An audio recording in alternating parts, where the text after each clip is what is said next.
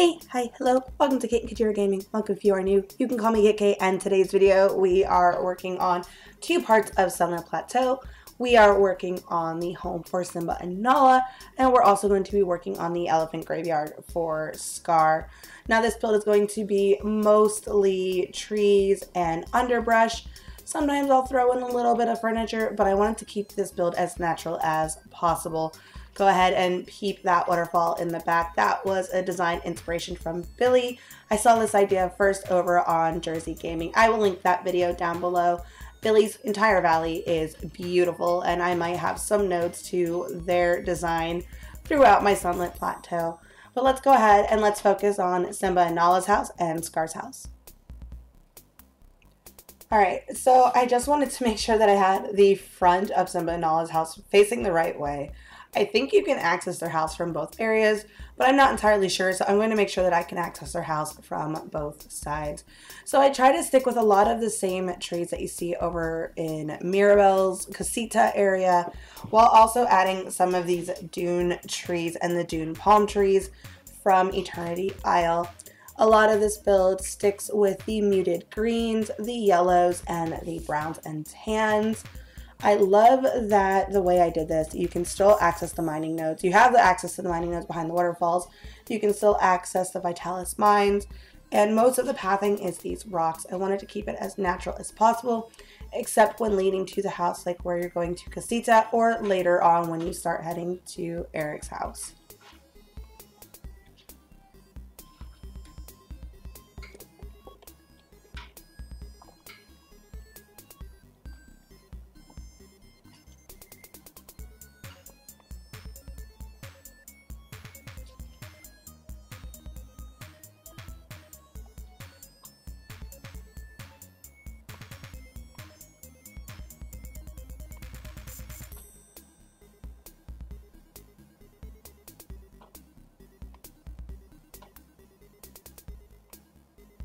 It was here that I learned that the SUNLIT Plateau grass actually changes style every time that you click on it. So if you are wanting to use the SUNLIT Plateau grass, which looks mostly like dead grass, you can go ahead and filter through it like you do your trees to pick the exact size and style that you want. And I loved this feature. I don't think I ever noticed this with any of the other grasses, but I really loved this feature, particularly with the SUNLIT Plateau grass, because it just added that extra little touch since the grass wasn't all uniform.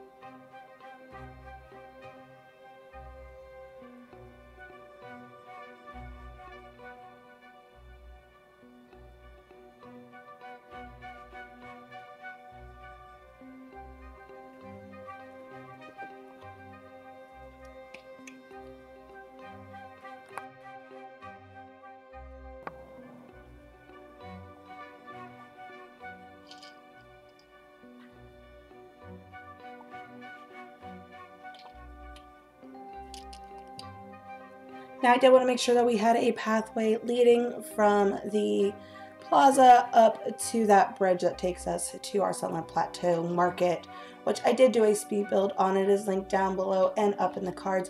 So I decided to do the earthen baked pathway. I think it's what it's called, or sun baked. It's this red one. It's not the muddy path one. The muddy path one is too dark. So this is the one I went with. And I just connect it from the bridge around both of the houses. That way there is a transition area when I do work on Eric's castle, and I can also connect Casita to this as well.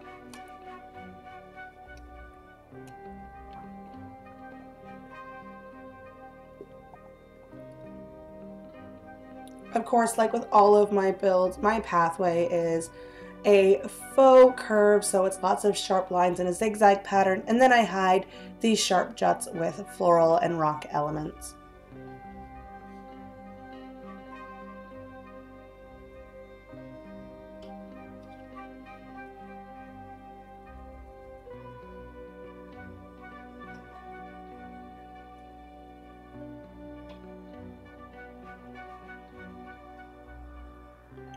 I do wish some of our Eternity Isle plants, like these cacti, did have one square options like our bushes, because it makes it really hard to try and make it as lush as possible like I did with my peaceful meadow if everything is a 4 square plus.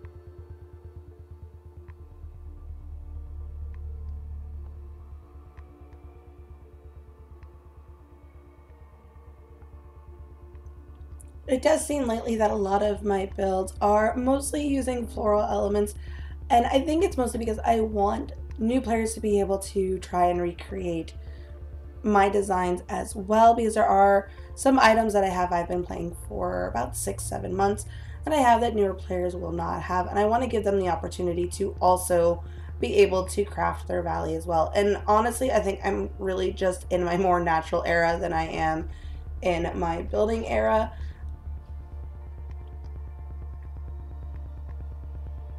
But honest opinion, what do you guys think? How do you like to decorate?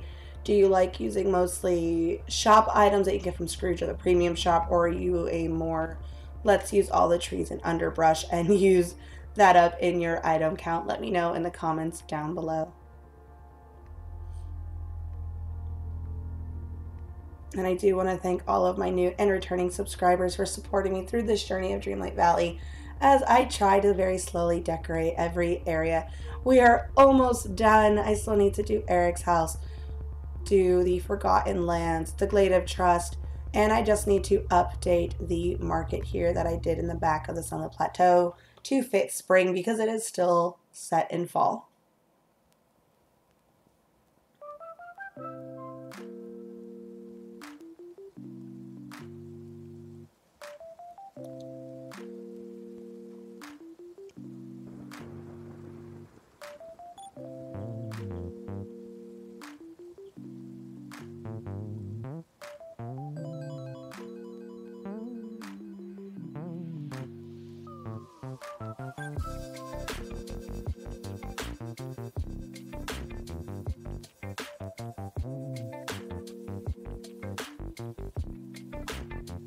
Now, I've been very much utilizing these ancient vacuums, but they stick out like a sore thumb in 99.9% of the builds.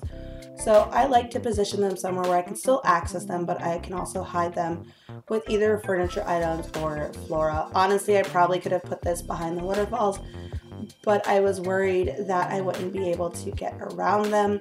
So I placed it just at the entrance by this large meager tree and just covered it with cacti and bushes and the tall grass.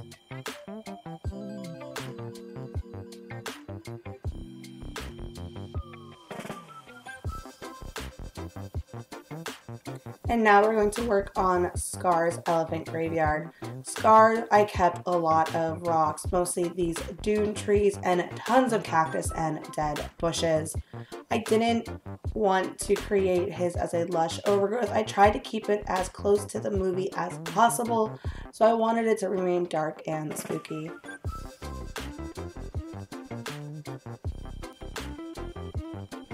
I will say I have seen in other Scar builds that there are ways to add the elephant bones, but I cannot find them anywhere. I ran to Scrooge's shop thinking it was a bought item. I have gone through the rocks, gone through the trees, and I just cannot find it. So if you guys know where I can find those little bone setups that are particularly, they look like rib cages, let me know down below so that I can also add them to these builds at a later date, because I think that would just add the perfect touch. I did have to go back to Scrooge and I bought the wildebeest item that you get. I believe it's from one of Scar's quest line, but it's just so small that I do keep it in there, it does work, but it's not exactly what I was looking for. So I'm also using a lot of these like night thorn bushes as well. I do love how this comes out. I love the tangled mess. I love the cacti and the dead, just everything everywhere. I think it fits Scar perfectly.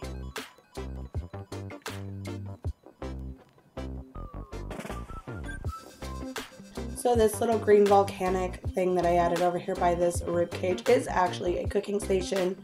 You do get that from a Scar quest line, and I just love how it looks with the green glow. It kind of reminds me when Scar is talking to the hyenas.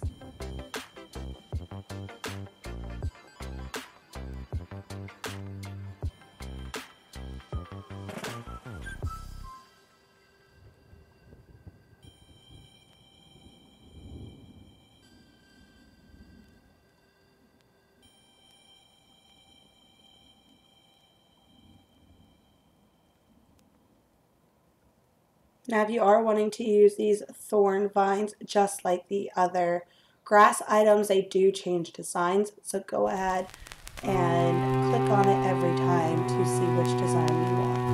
I believe there's only like 2 or 3 designs. You have this long whippy looking one and then you have a twisty one. I think there's one more, but I only ever found these 2 ones for me for at least 2 that I paid attention to.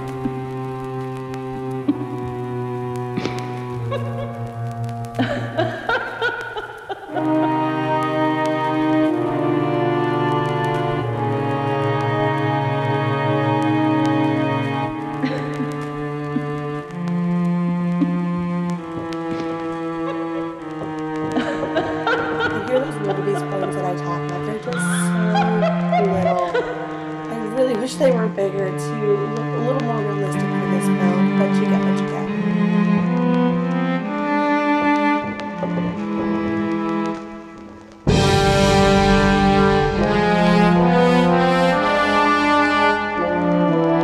Now I did take Scar's lounging rock and frame it with these 2 spiky dune trees.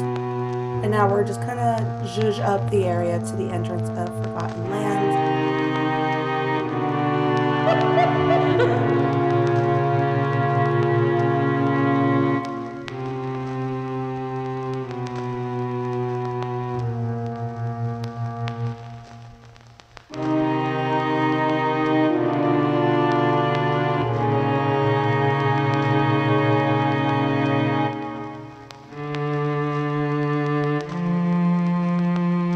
Honestly, so far, I think out of doing Pride Rock and Scar's Elephant Graveyard, I think I am really loving the Elephant Graveyard a lot more than I am the Pride Rock area. I think it is just so perfect and it's so sleepy, and honestly, it's pretty minimalistic for most of my builds.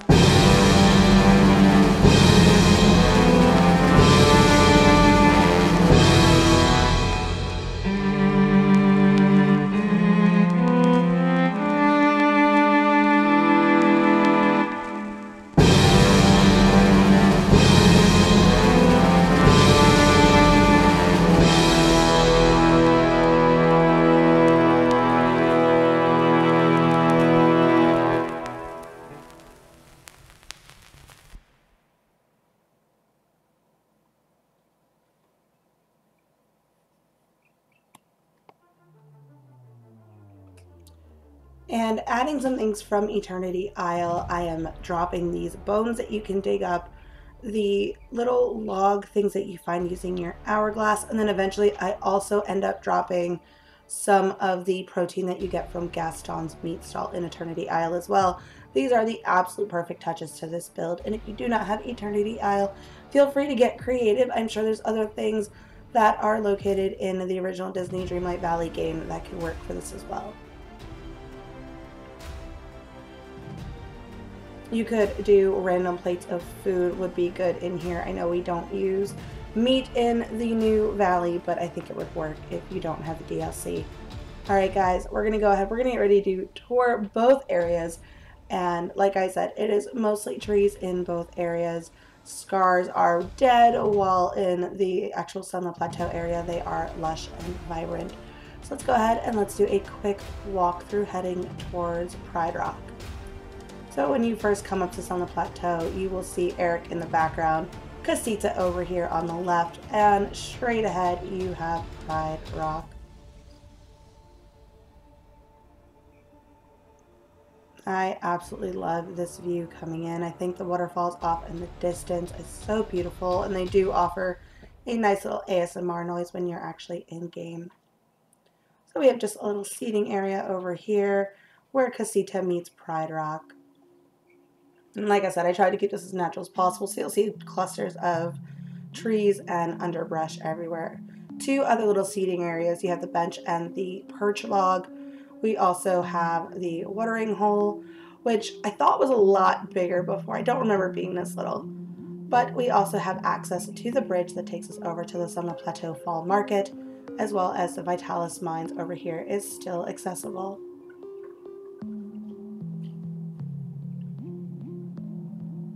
This build is a 360 build, so no matter where you go, it is going to be completely decorated. And now we're going to go ahead and head over to Skull Rock. So again, like I said earlier, it's cacti and dead trees and dead grass with a littering of protein and bones. I love how when you walk into the elephant graveyard, it does end up getting foggy, dark, and spooky. And this build, I am in love with the way this came out, especially with the addition of the protein and the bones from Eternity Isle. I think this just suits Scar perfectly. I can still access the mining node that's over here, and I still can access the entrance to Forgotten Lands. And there is a little cooking station over there. And let's roll to B-roll.